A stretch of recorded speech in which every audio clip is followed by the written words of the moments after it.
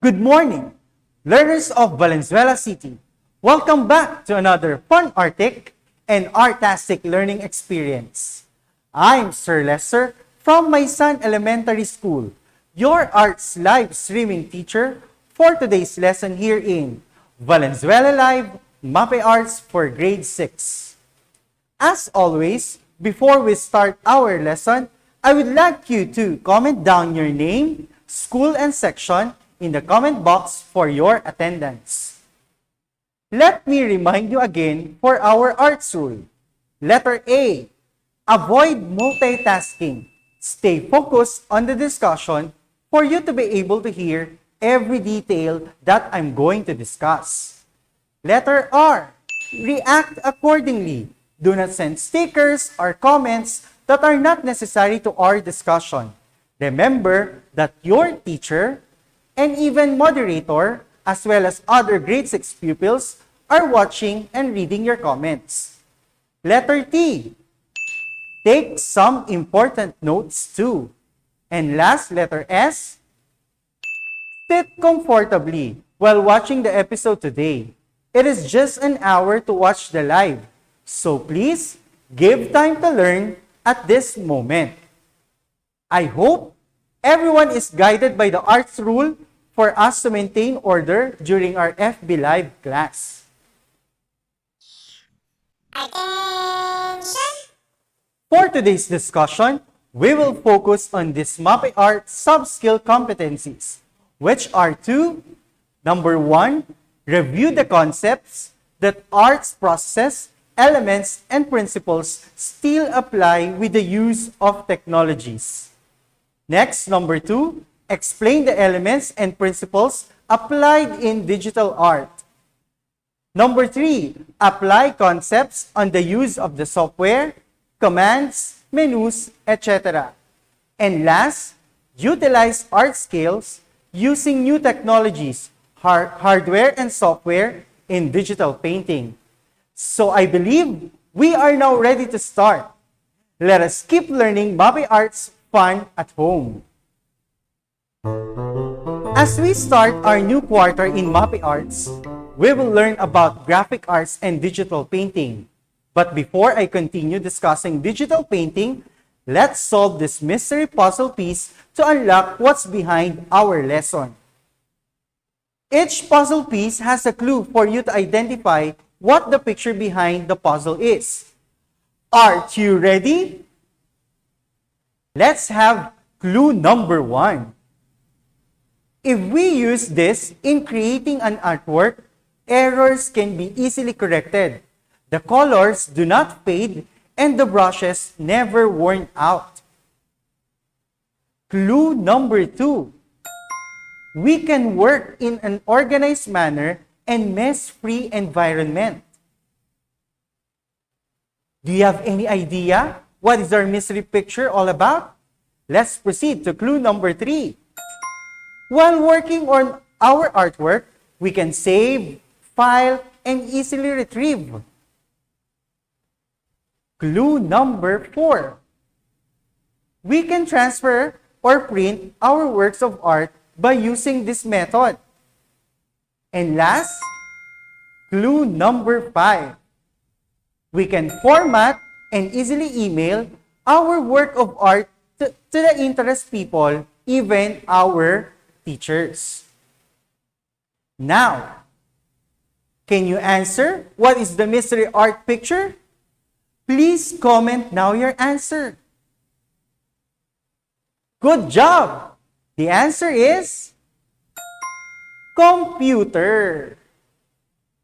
Computer can help you start your artistic skills. It helps you develop your artistic abilities. Computers may not paint for you in the same that a brush does, but they do provide you with digital technologies that are essential nowadays. And by this, we can create our own graphic art and digital painting. Actually, there are many graphic software companies offer a collection of design and production software. Here are the examples of open source graphic software.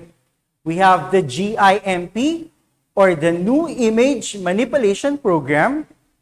And this is a photo editing program with a free application software.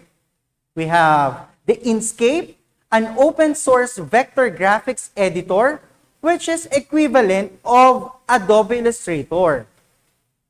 Of course, we are familiar to this, the Adobe Photoshop, the most common raster graphics editor developed and published by Adobe Incorporated for Windows and Mac OS. Blender, a 3D graphics software which is equivalent to Maya or 3D Studio Max. And last, the Arch Rage 6, a digital artist studio with a full range of familiar tools that look and work like the real things. Always remember, in creating a digital painting, we can use the 7 principles of art. First, we have emphasis. Emphasis is the part of the design that catches the viewer's attention. Usually, the artist will make one area stand out by making it different from other areas. It is created by contrast, where something is different in size, color, texture, shape, etc. The second one is unity. Unity is the feeling of harmony between all parts of the work of art, which creates a sense of oneness or wholeness. Actually, this is created by repeating similar elements in a work of art, such as color, line, texture, shapes, etc. Next, we have number 3, rhythm. Rhythm is created when one or more elements of design are used repeatedly. Think of a rhythm in a music. Instead of sounds, artists add visual beats to a picture. Rhythm can be used to create a feeling of movement, which leads the viewer's eyes around the work of art. Number 4, we have variety. Is the use of several elements to hold the viewer's attention and make it visually interesting. Variety can be created in many ways, changing a single element of art or using many elements at once. Number 5, proportion. Proportion refers to the relative size and scale of the various elements in design. It is the relationship between the sizes of objects or parts of a whole in a picture. Number 6, pattern. Pattern is created by repetition when an element of art repeats in an artwork. Number 7, balance. Balance is the distribution of the visual weight in a work of art. If the design was a scale, these elements should be balanced. Can you type the word digital art in the comment section if you are still listening at this part of the lesson? Wow! The word digital art is now overflowing in the comment section. At this point, let's watch this video on how digital painting works using Microsoft Paint.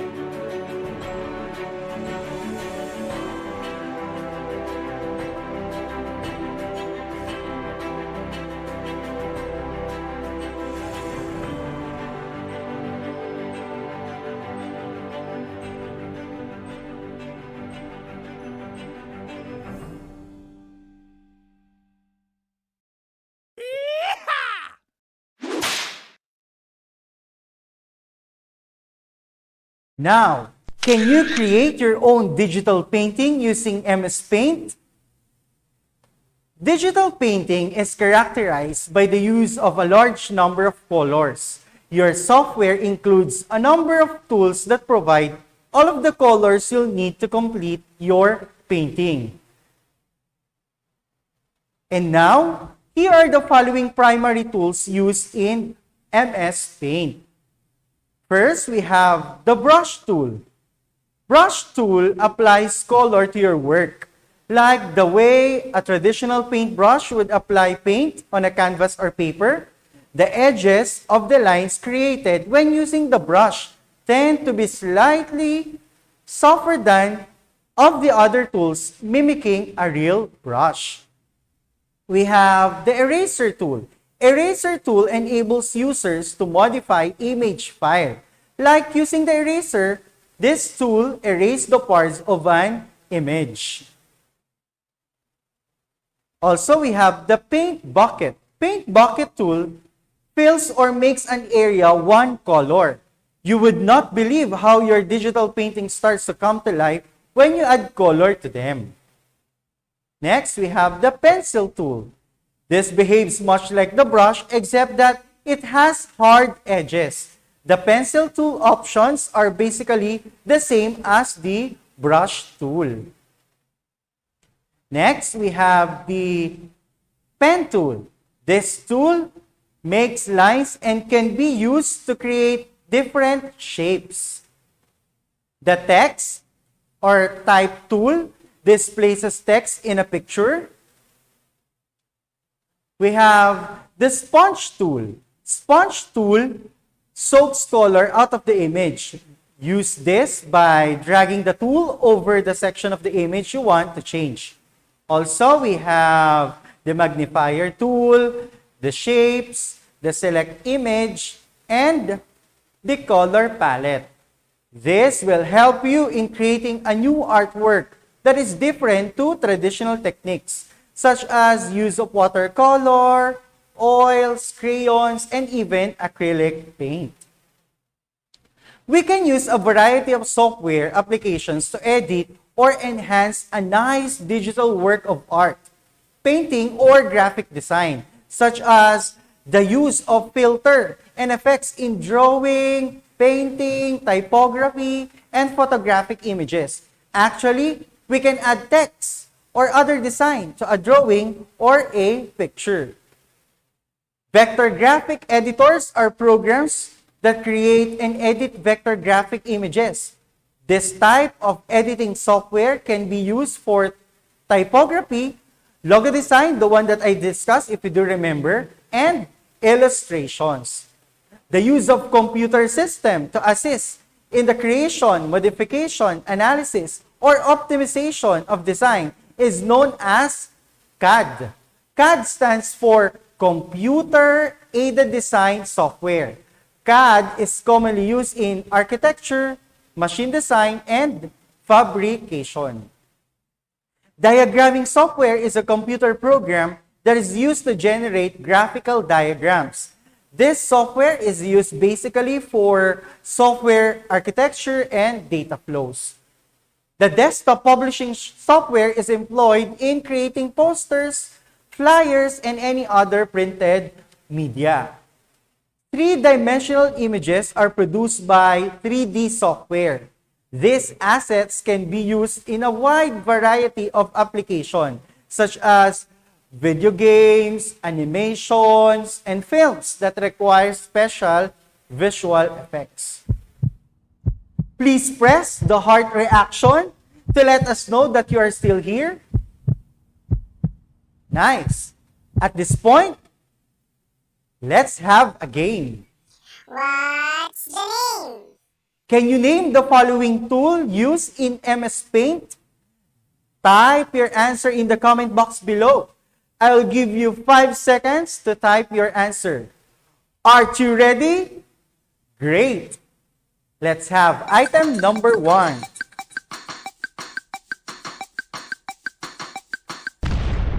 The answer is eraser tool. Next, Let's have number 2. What is the answer? The answer is magnifier tool. Next, number 3. Please type your answer. The correct answer is brush tool. Next, item number 4.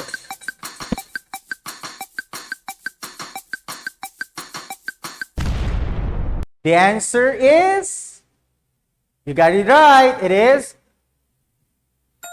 pencil tool. And last, item number 5.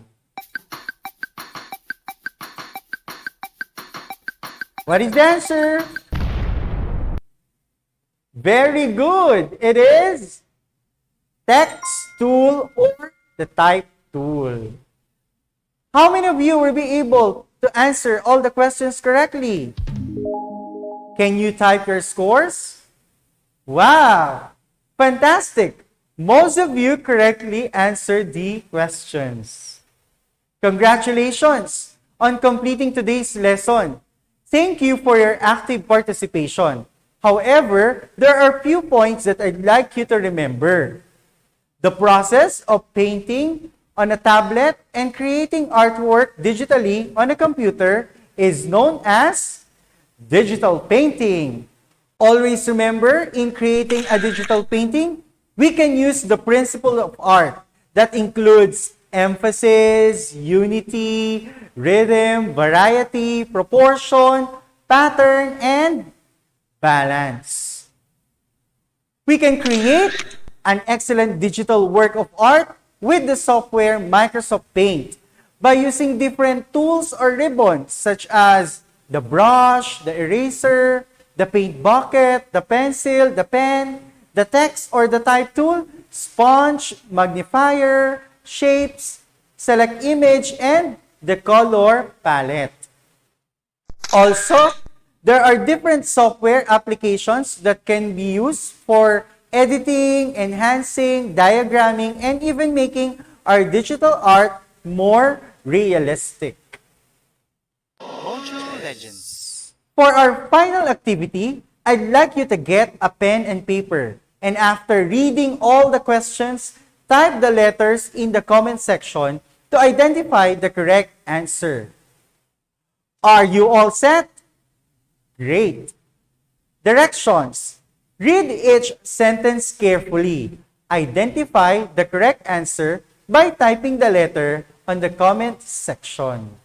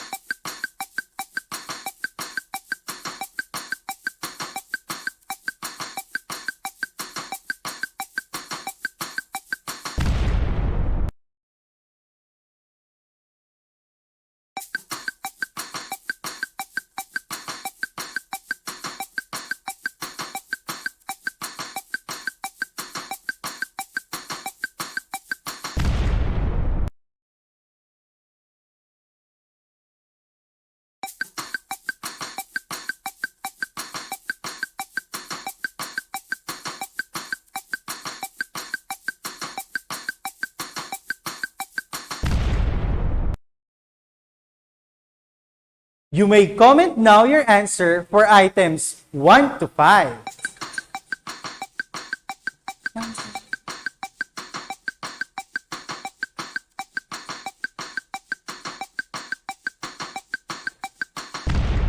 Time is up, and these are the correct answers.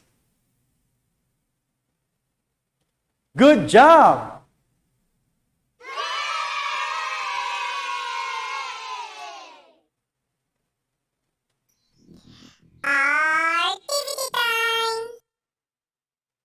For your homework activity, you will make a simple abstract design using shape tools and color palettes on MS Paint. Give it an interesting title using the Paint tool. If you don't have access to a computer, you can create your abstract work of art with a bond paper, a pen, and coloring materials. To all my Mapeh co-teachers, you may consider this art rubrics as your grading points. I hope you learned a lot from this live stream. If there are any parts of this discussion that you are missing, you can always return to it. Remember to join your follow-up discussion tomorrow for more questions and activities from your teacher. I'd also to remind you to look through your Mapeh Arts Grade 6 self-learning modules. The lesson for today is on pages 9 to 16 of your module. Again, this is your arts teacher, Sir Mark Lester Irisma, leaving you with a saying, you cannot spell heart without art. Aww. See you on our next FB live streaming. Thank you. Enjoy learning online. Until our next meeting. Have a great day.